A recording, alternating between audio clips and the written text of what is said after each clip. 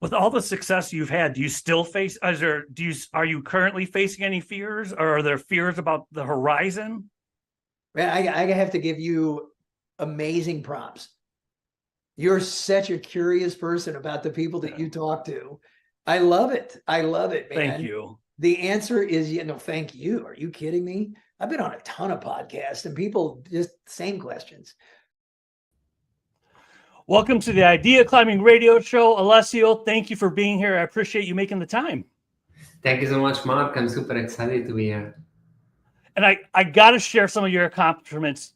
You were the marketing director for Mindvalley and scaled the business from 25 million to 75 million.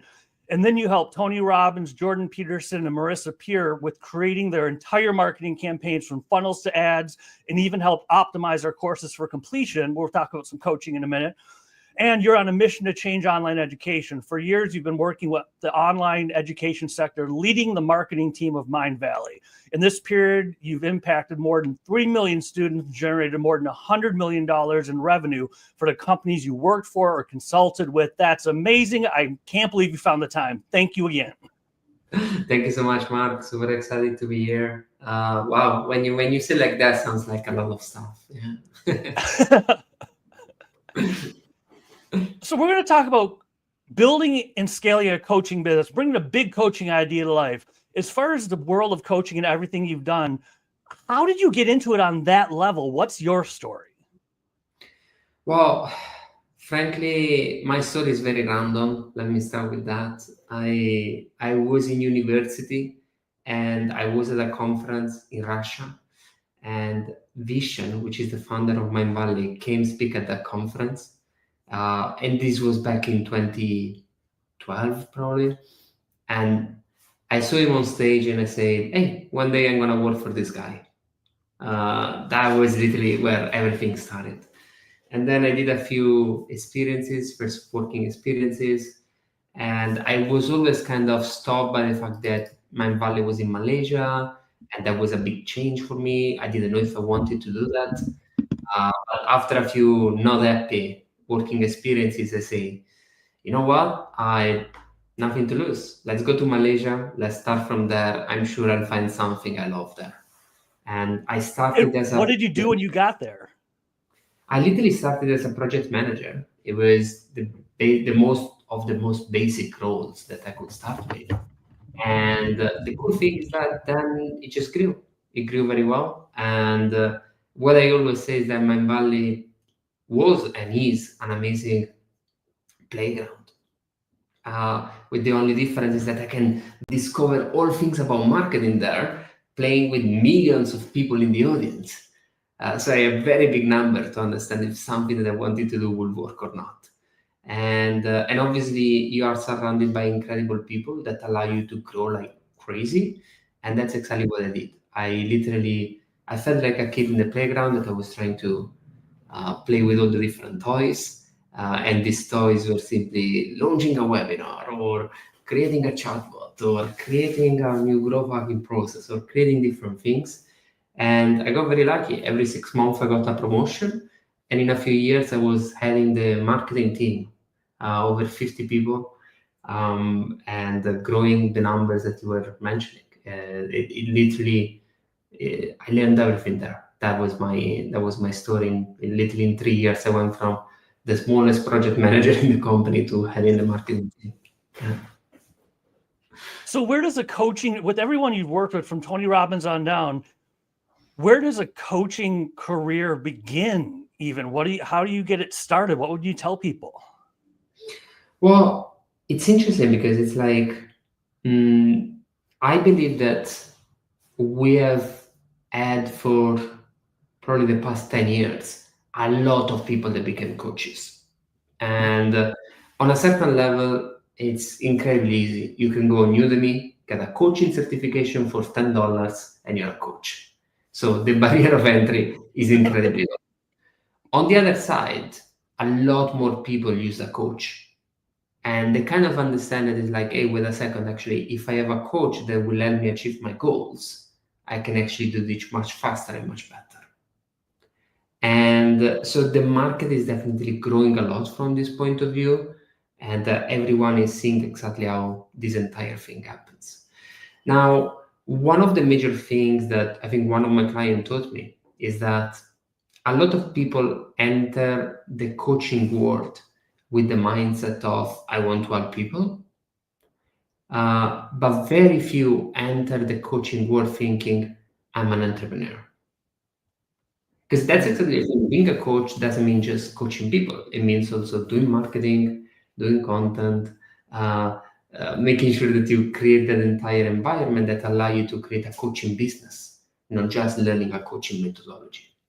And that's something that I believe where there is a huge opportunity in the market, because the last 10 years have been fantastic to, popularize the concept of a coach, but has been a lot more difficult in terms of how do you actually make it as a coach? How do you scale your business as a coach? How do you generate clients? How do you generate revenues? And that's incredibly important. Yeah.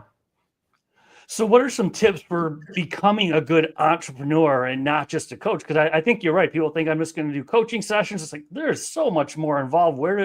How about that? What tips do you have for people to become entrepreneurs and not just, oh, I'm just going to do coaching sessions? Look, the number one thing is for sure that you need to specialize yourself. And this is the classic things that say niche. You need to niche down into something very specific. Maybe 10 years ago, being a life coach was unique. Right now, there are hundreds of thousands probably of life coaches, and you need to be incredibly specific. You need to help a middle manager go to the next level of their career in the tech industry in London.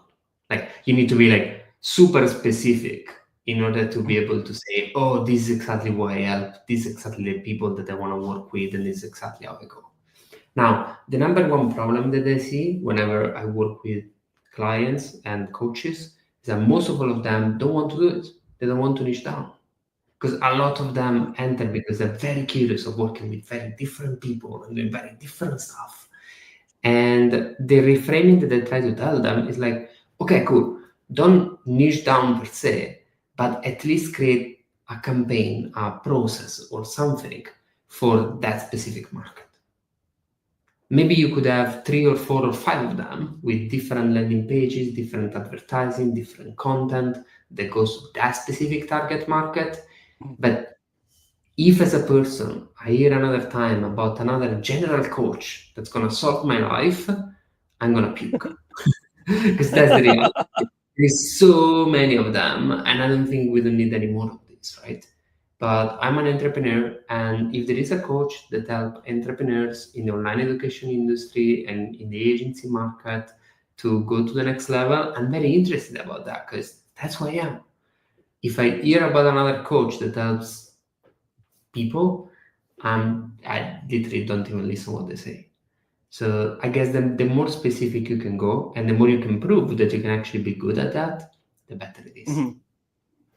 Yeah. Are there any niches you'd suggest that you see opportunity in more than other ones, or is it purely a self-decided thing that the coaches go through? What would you suggest for them? If there are any suggestions for niches? Look, I think that, even if I have a lot of experience, if right now I will start coaching women in the nail tech industry, I probably wouldn't be the right coach, right, for them. What's really important is that there needs to be a very great match between who you are and what's your niche. There needs to be a hero's journey that you need to have gone through that resonate with those kind of people, and at the same time, there needs to be, I would say, you need to resonate with them. You need to grasp the major concept and be able to understand. And if you do have case studies that you already done in that specific industry, that helps a lot. And I'm saying this because let's imagine this. Let's go with the classic example of like, I did a coaching certification. I have my idea for a niche. I need to start. What do I do? Right. Mm-hmm. So the first thing is always great. If you are in a job, if you are in a business, if you are a leader, Great. Use those skills of coaching in your current role. That's the simplest thing that you can do to practice and become better at what you do. Then if you want to start helping people outside of that, you can also start going for free or charging a very minimum amount that you give to charity, right? And the entire idea is you say, look, I'm not charging anything because I want to practice and I want to make sure that I can get some case studies so that then I can get you to the next level in my business. And that's how you start. You start building your case studies. You start becoming very good at that. And then once you're able to get a few different case studies, once you're able to say, look, I helped these 5 people get to the next level and become from middle manager to senior manager in their companies. And I did that consistently in this market because I coached them. And the specific methodology that I use in my coaching is that I clarify what's their problem. I figure out, I help them become more confident. I then help them create a strategy of development plan. And in 6 months, all of them got a promotion. Then it's like, okay, now you're on to something. Mm-hmm. Because you have very clear case studies, you have very clear target market, you have a very clear process and methodology. And now it's very straightforward to go from there. And once you're able to do that, you're able to create a very strong marketing, explaining your process and methodology to work with people. You have a system that can generate clients for you. And potentially, if the system becomes very good and you become very good as a coach, you can start certifying other coaches in your methodology and then pass from being a coach to owner of a methodology, build online courses around that, training other coaches and passing to them your clients that you already that you can get with the coaching system that you created. And that's sort of the next level of the game, right? Where you can go from not just being a 6-figure coach, but really being a 7-figure business owner that is scaling up, right? Yeah. Once if you get proof of concept, you get a few case studies. Say, where do you start with marketing? What do you do to scale a business and get going with marketing once you get the case studies done? It's extremely important that you go one funnel, one channel. That's what I say. Like whenever you want to start your business, don't overcomplicate it. I've seen so many people that start saying, okay, I'm going to start a podcast and I'm going to do Instagram Reels and I'm going to do this and I'm going to do that. And that's so much busy work. That's like, I'm super busy, I'm burnout, I'm stressed, I have no clients, nothing works. You try to do everything because you see, oh, Hormozing is doing this. Oh, my Tony Robbins is doing that. But it's just like, how can you compare yourself to Tony Robbins? You just started, right? You shouldn't do that, right? Yeah. And the reality is that when you are a new coach, you probably can handle maximum 10 clients a month, right? You don't need 3 million followers to handle that clients, right? What's really important to me is that you first of all understand who you are yourself and understand what can I actually be good at. And in some cases could be writing, in some cases could be interviewing people, in some cases could be doing videos, right? There are very different things you can do. There are other cases in which maybe you're a good marketer or you like to sell, right? And then in that case, maybe what you would want to do is that you would want to do an approach more on LinkedIn and reach out to people one-on-one and start to bring them on a call and try to close them, right? So there is a lot of different approaches, but I really believe that you need to look at what's your talent, what's the thing that you would like to explore, develop, and will feel like a passion to you. And I see a lot of people saying, oh, I need to do videos on Instagram, but I hate them and I'm burnout. And there's the thing that, well, maybe that's not your channel. Like, you don't need to have hundreds of clients. You don't need to generate a launch or millions of dollars that you need to have Instagram, right? And actually, a lot of huge launches happen without Instagram. So there is a lot of other ways, and you need to understand what's the perfect match for you. If we go back to the example of before, I'm looking for a middle manager in the tech industry in London, is Instagram the best place to find that? Not really, right? Probably is LinkedIn. And probably you need a more targeted approach specifically to that. Or maybe it's advertising. Advertising is the perfect channel if you have money and don't have time, right? So that's kind of what you would use in that specific case. So that's kind of what I always say. It's like once you find the right system and the right funnel that brings you calls and clients, then you find the right fit. So in the beginning, you need to really look for that and really figure out, look, if I'm a coach and I do coaching for 20 hours a week, and then the other 10 hours I will do marketing, and then other 10 hours I will do an admin. What something that in 10 hours of marketing I will be very excited to do. And don't get me wrong, for some people is Instagram Reels and building a very strong Instagram account. That's fantastic. If that's your talent, if that's what you love, go ahead and do it. But really match that with your skills, because yeah, it's so many times I cringe looking at my feed, seeing people that it's clear that they shouldn't do that and they do that, right? Oh. And I have to ask the $1 million question, especially when you're getting going. How do you know how to price yourself? It seems to be so far across the board with pricing, especially with new-ish coaches. What do you suggest as far as pricing goes? Look, I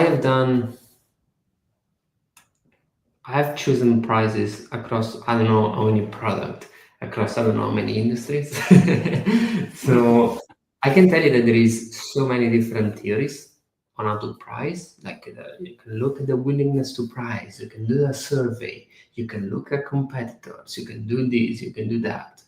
But in reality, in the end, all the people choose the price by testing. As simple as that. What was that? They choose the price by what? By testing. As simple as that. Oh. You test a price against the other. How do you test? You jump on a call, you tell to someone this costs $3,000 for my coaching package, and then they will tell you, if they tell you yes too fast, that's probably too cheap. And then the next time you try 4,000, and the next time you try 5,000, the next time you try 10,000. And whenever you see that becomes a lot more difficult to close, that's probably when you will need to adjust.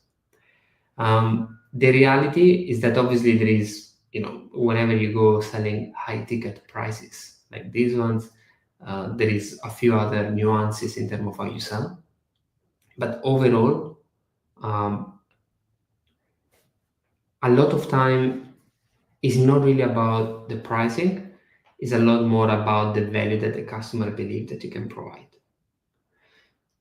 And if they believe that you can literally get them to the next level, like let's go back in the example. If I'm a middle manager and I become a senior manager, that means that I get a salary bump of 25%, might be 20, 30K extra a year, and your coaching costs 10. That sounds a deal, right? I'll make back 20, 30 extra. I spend 10 for you. Sounds like a deal. If you bring me there, I'll do it. So that's to me like what's really important, right?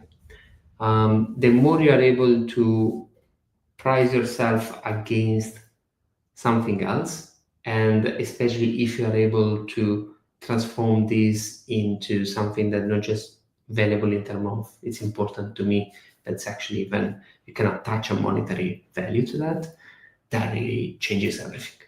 And you can charge a lot more in that case. Yeah. So once you get established, let's say you replace a corporate income, where do you start and how do you scale a coaching business once you start making some money? For sure, you want an automated system that generate clients for you. That's obviously where things start to scale a lot more, right? And the way to do it is, for sure, you need to build a funnel. You need to create a system that in a way or another, it gets clients for you. And this one can be done very simply. Like I know of a personal trainer that scaled his business to almost 500K a year simply by posting on Instagram, and then on the stories, simply share a before and after of his clients and say, do you want the same results? DM me. They were DMing me, he was closing in the DM, and that was the funnel. It was as simple as that. And obviously the funnel can get super complex. You can do a webinar, you can do a summit, you can do a multi-day challenge, you can create a lot more things. The reality is that a lot of time doesn't need to be, right? A lot of time needs to be, it could be a lot simpler. But it's very important that you figure out what's the perfect funnel that will work in your industry and that you're able to create something that scales. If you're able to scale through advertising, that's very interesting because that one gives you even more scalability. Now, if you need to scale through Instagram, you always need to do content. Especially in today's age, you need to do a reel a day if you want to be on the top of the game.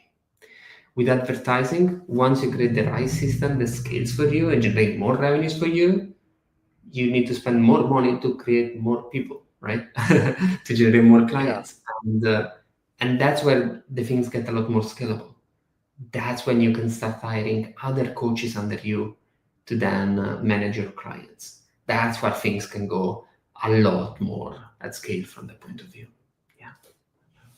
Well, advertising makes a lot of sense. And even if a coach has a little bit of money for advertising, when would you suggest they start? Because I would imagine if you're a newer coach, I would imagine advertising might not work because you don't have a client base yet. I mean, would that be correct? Or when would you suggest to test the waters, dip your toe in the water for advertising? Advertising is always the place to go when you have more money than time. So if you're having a strong 6-figure job, you have a good money on the side, and you want to try to figure these things out fast, cool, you could do it. If you're pretty broke because you pay for your certification of coaching and you don't know how to move on from that, probably I wouldn't do it, right? So probably my suggestion would be, it always depends on where you are. But if, so in the case in which I'm a new coach and I'm broke, I will try to go a lot more with content, either on LinkedIn, either on Instagram. I will try to go a lot more on one-on-one. In the beginning, referrals is actually super great.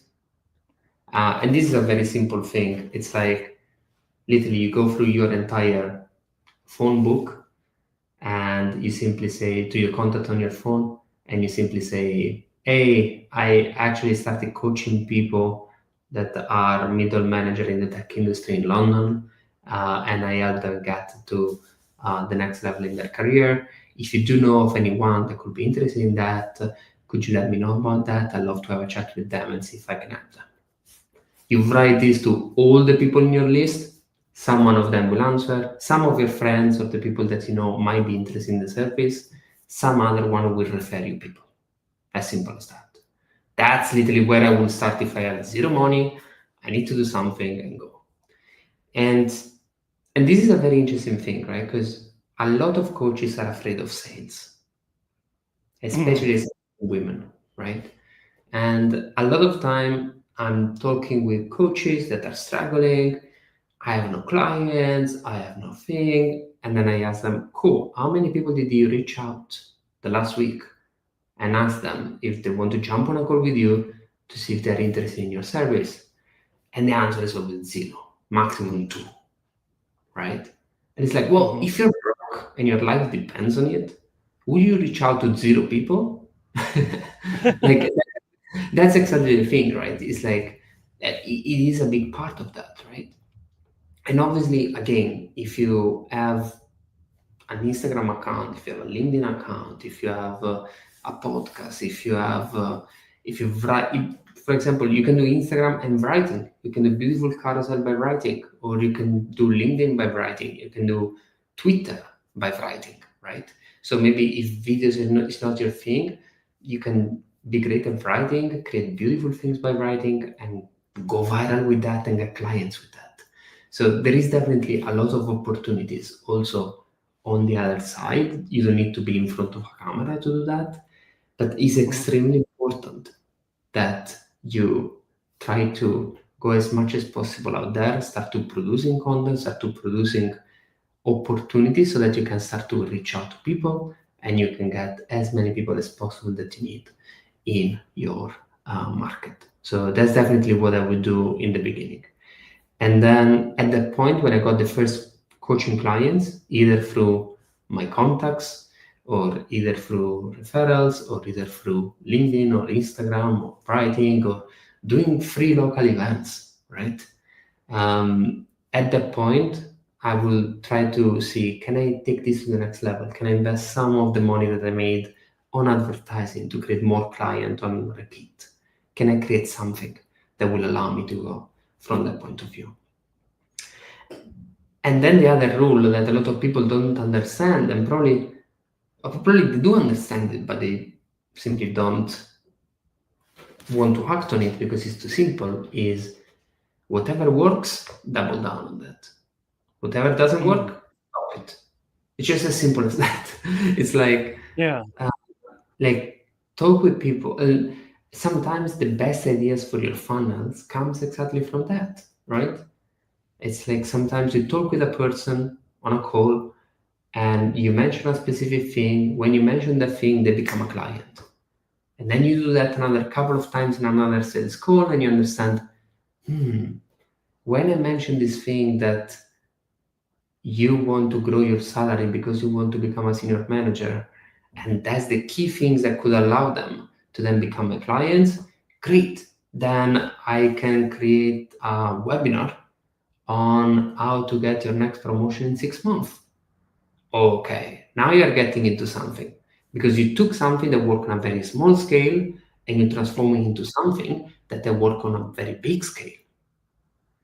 Now you reverse engineer the methodology and what you did in the 6 months to help them get the promotion, and you create a methodology. Now this becomes a lot more scalable. Now you pass from being a single coach that's trying to figure out things by themselves with their friends to, I have a webinar, I have a methodology, I have an institute of coaching, I can create good advertising to generate people on that. I can create content around this methodology. I can use my testimonial and my case studies to show how many people I had with that. Now the things go to a whole different level. Now you pass from being this struggling coach to something that really works. I would love to circle back to something that I know most entrepreneurs, but definitely coaches face, is that fear of selling. I'm not a salesperson. I don't like sales, but I have to do them. What would you suggest to help people get over that fear of selling that's so just out there in the industry? Look, I think no one is born that they want to sell. I don't think that is something that comes natural to anyone, right? I think that is for everyone a bit of a stress to sell. But on the other hand, one friend of mine taught me this, is like, when you don't want to sell, you are being selfish. And I was like, what do you mean? It's like, well, you have a product, you have a talent, you have something that can help someone else. And the only thing, there's a distance between you having a strong talent that can change someone else's life and them being convinced about using that, is you selling. That's the only difference. That's the only distance. Once you bridge the gap of, okay, I overcome my fear of selling because I really want to make sure that I can share my gift of teaching you how to get your next promotion in your job, and I can improve your life, I can make you a better leader, I can make you more money, everyone here is going to be happier about that. The only thing between this dream outcome and the current situation is my fear of selling, then it's like, you're being selfish. If you really want to help the other person, get out there and talk with that person. So, and that was a very big shift for me. It's like, wow, selling is actually serving people. It's not being, like, obviously you don't want to be that person that goes there and try to push them into buying something that they don't want, right? Obviously, you want to make sure that it's like, look, this doesn't look like a match, no problem. But if on the other hand, there is someone that really wants a promotion and you have a great methodology that can help them get that promotion, it's like, what's the art? What's the problem? You being shy? It's like, look, it's much more important for you to be able to bridge the gap and say, look, I really want to serve you. I really want to help you go to the next level. And I think that when your sales come from that point of view, point of service to the other, then it's also a very different approach. And that's, I think, that, what makes the difference. Maybe you might coach people on how to improve their fitness. You might coach people on how to improve their marriage. You might coach people on how to date more women. You might coach people on, I don't know, how to be more mindful or how to go out of anxiety. All of these things, you're just selfish if you don't want to share it with the world, right? Yeah. It's so hard to create this talent. I don't know how many years you might have worked to improve someone's marriage. Probably you study 5 years, something around that. And you don't want to go out and tell to people, look, I really can help you. Let's just work a bit together and I'll show you, right? It's just as simple as that, right? So once a coach gets established, you touched on a couple things, but I'm really curious if you could unpack scaling a little more. Do you suggest raising prices, duplicating yourself, licensing your stuff, switching over to online courses? What do you, from your experience, what have you seen and what would you most suggest for when a coach says, I'm doing good, but now I need to scale? What would you tell them to do? So let's say this, if we look at a 7-figure business for a coach, usually looks like this. You might still have some very premium client that you serve on one-on-one. And then you might have either a certification where you certify other people to become coaches of your methodology, or you might have a high-level group coaching that costs a few $1,000s. Then you might have an online course that you can take as a self-paced that might cost $500. Then you might have a book that you've wrote on that methodology. And then you might have at the bottom a free lead magnet. Now, what's very interesting is that this entire thing is named the value ladder. It basically means that there are different value points that people get along your ladder. And if someone follow you on Instagram, they get your free content. If they follow you for a while and they're like, look, this guy is pretty smart, let me see a bit more what they say. Hey, he has these $10 books, let me get it. And then they get into more of that. And then they're like, hey, this book comes with a course so that I can do the exercises and go a lot deeper on that. Let me buy this $500 course. And then it's like, look, this is really great. And I really want to coach people in that. I'll go in the certification. And then it's like, this guy is great. I want to be coached one-on-one by them. I'll pay $10,000, $20,000 to be coached one-on-one with them. I'll go. That's usually the entire thing that happens. Now, the problem is that a lot of people are very confused on what comes first. Yes.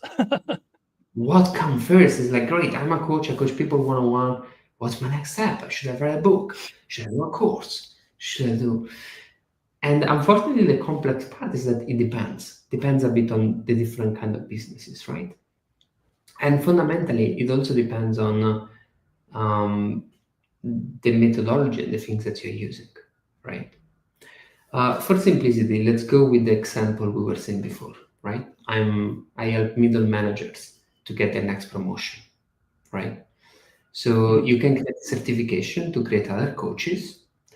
You can create a course to help middle manager to take their next promotion, and you can write a book about that, right? Now, in this case, probably I will try to go always from the top, and then I will try to go lower and lower and lower. So I will start with the certification, then I will go with the course, then I will go with the book. The reason why I would want to do this is because in the beginning of your business, you need more margins, right? And the reality is that the more you can sell a higher ticket item, the more you can get margins. And Mark, you wrote a book. I'm sure you didn't get rich from the book. And unless you're J.K. Rowling, probably you are not really Yeah, they're not licensing my book for a movie anytime soon. Exactly. A book is a great way for someone to take your message in a cheap way and to kind of build a very strong relationship with you. It's not a way to get rich, right? Now, on the other hand, there are coaches that they're like, you know what? I don't want to certify people. I don't want to do a high ticket. I want to go through a very different road. And what they do in that case is that they say, I coach some people one on one, but what I want to do is that I want to write a book, I want to do a big TED talk, and I want to become a speaker. And I want to speak on my topic. That's fine. It's a different business model. Okay. There are some cases, and there are some people, I don't know, look at Simon Sinek, look at Mel Robbins, look at, there are a lot of people that don't sell courses, that don't sell things, they just create another system. The entire point there is that you want to have as many eyeballs as possible, because in the speaker business, you can charge a lot more if you have a lot more followers, if you have a lot more, if you sell a lot more books. And what becomes interesting there is that, yeah, it becomes a game a bit of popularity at that point of view. While if you create a coaching business and with certification stuff, that's a lot more on revenue, right? So it's a bit of a different game that you want to play at that point, and that you need to understand exactly what would you like to do. And if I look someone like Mel Robbins, she popularized a few different theories like the 5-second rule. She does something that's very simple, but applied to literally 99% of the population. And she goes viral with an Instagram. She speaks in an incredibly large audience. She's a great speaker. She writes every few years a book that become a bestseller, and that's a fantastic business model. She doesn't sell one course, right? You can do that. It's a different type of business, and it's important to understand what's your business model. But in most cases, coaches have this kind of two business models. Yeah.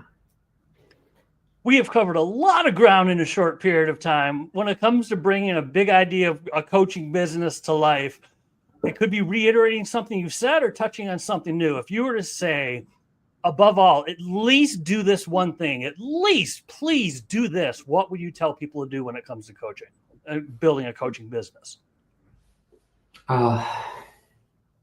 Well, in the early stage or later? Let's say earlier stages. What would you say? In the early stage, to me, the number one thing is case studies. It's like it's really almost impossible for a coach to take off without any case study. I really feel that really makes a difference. And the other thing is really get away from your fear of getting out there.